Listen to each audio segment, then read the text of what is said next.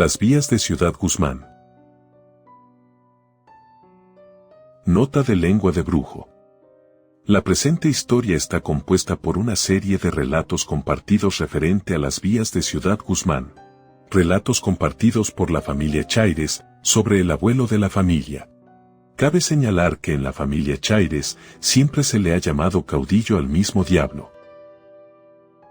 Se pudiera decir que todo inició cuando mi abuelo trabajaba de carpintero, fue solicitado para trabajar en una ranchería cercana a Tamazul. Se le ofrecía una muy buena paga en aquel entonces y terminaba de construir unos ataúdes para una familia que fue asesinada por los revolucionarios cristeros. Para él simplemente era un trabajo y ya, no le daba más importancia. Partió desde temprano de Ciudad Guzmán, y llegó a Tamazul donde una carreta lo llevó hasta una ranchería.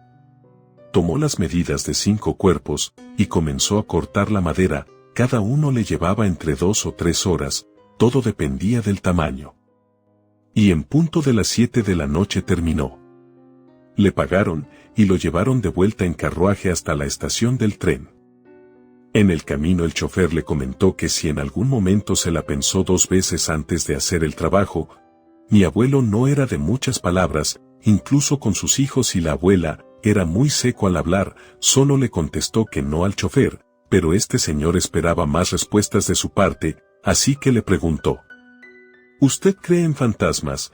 Mi abuelo se quedó en silencio cuando el chofer se rindió en esperar una respuesta, y él le dijo que sí. Al llegar a la estación, el chofer le dio la recomendación de que si el tren se llegaba a parar a mitad del recorrido, no bajara del vagón debido a que las vías estaban embrujadas, muchos habían muerto a la orilla de las vías y eran almas en pena que aún caminaban, hasta que eran encontradas por el caudillo. Mi abuelo por primera vez en mucho tiempo se vio interesado, y le preguntó qué demonios era el caudillo. El chofer bajó la herramienta de mi abuelo y se la entregó, y después le comentó: ¿no te gustaría saberlo? Solo sentirías su respiración en tu nuca si te llega a encontrar. A mi abuelo le pareció ridículo que se tuviera que bajar a mitad del camino, siendo que no tenía por qué hacerlo. Se subió, dejó la herramienta en el suelo y a los pocos segundos el tren avanzó. Salió por el vagón para agradecer al chofer antes de que lo perdiera de vista, pero no se encontraba nadie esperando el tren. Mi abuelo estaba seguro de que se corrían los rumores de que varias personas despedían a otros, para posteriormente desaparecer. Buscó un lugar donde pudiera descansar, el viaje le llevaría mínimo un par de horas hasta llegar a casa con la abuela, y como se encontraba muy cansado, pues en cuestión de segundos se quedó profundamente dormido. Un rechinido horrible lo despertó, el maquinista frenó de repente y les estaba informando a los pasajeros que aguardaran un poco. Les comentó que existía un problema que tenían que arreglar con el tren, y era muy recomendable que se quedaran en el vagón. Mi abuelo no era muy paciente y sin recordar la advertencia del chofer del carruaje decidió bajarse del tren, no le importaba cuánto tiempo tendría que hacer, no podía quedarse quieto mientras esperaba a que se arreglara todo. Tomó su herramienta y se encaminó a un lado de las vías del tren, pues en caso de que éste volviera a funcionar se subiría, no circulaba tan rápido, y se imaginó que podía hacerlo. Después de estar caminando en línea recta por varios minutos, pudo ver que entre la neblina se apreciaba una serie de luces sobre las vías, se imaginó que quizás se trataba de una estación más del tren, de esa manera se sabría cuánto tiempo le faltaba para llegar. Conforme se acercaba a las luces, no parecían ser de una estación, se encontraban más arriba de lo que tenía que estar un faro, incluso pasó por debajo de una de ellas, y no encontró el poste por el cual estaban sostenidas. Pasó debajo de una segunda, a pesar de que la luz era intensa apenas se podía notar de la densa niebla, pero no lograba encontrar de dónde estaba sostenida, se imaginó que quizás estaban colgando de los cables de energía eléctrica, y por ello estaba más alto. No les hizo mucho caso, pero aún así le inquietaba mucho esa luz. Ya había pasado bastante rato y el tren aún no pasaba, las vías del tren lucían desoladas, mi abuelo ya se estaba cansando, pues caminaba más lento, la niebla no ayudaba mucho, en varias ocasiones llegó a tropezar con la grava suelta. Entonces escuchó el ladrido de unos perros. Él sabía que tenía que haber una casa cerca de ahí, y pudieran informarle dónde se encontraba. Y luego escuchó un ruido que no se lo hubiera esperado para el lugar que era. Era una niña llorando. Conforme avanzaba, el llano se hacía cada vez más nítido y más cercano, pero ya no lo escuchó frente a él, sino por detrás. Entonces quiso apresurar más el paso para que no lo alcanzara aquello. Pero de igual manera, por caminar rápido resbalaba con la grava. Escuchó que el llanto estaba cada vez más cerca, a tan solo un par de pasos de él, así que intentó apresurar el paso, pero su pie se tropezó con la vía y golpeó su cabeza. Su cuerpo rodó a un costado, quedando desmayado por el golpe. Despertó rápidamente, o eso es lo que él nos dijo. Le dolía mucho la rodilla y no podía levantarse. Entonces escuchó a alguien preguntarle: ¿escuchas esos quejidos?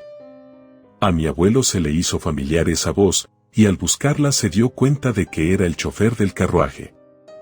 Le alegró tanto verlo que le estrechó la mano, y éste lo ayudó a levantarse. Mi abuelo le agradeció, y le preguntó que si sabía de dónde venía ese quejido, pues no lograba identificar aún de dónde venía. Entonces aquel hombre le dijo que eso no importaba, todo eso alimentaba sus demonios internos. Mi abuelo lo vio asustado, no quería creer que fuera el mismo caudillo, o quizás no aceptaba que se encontraba ante él.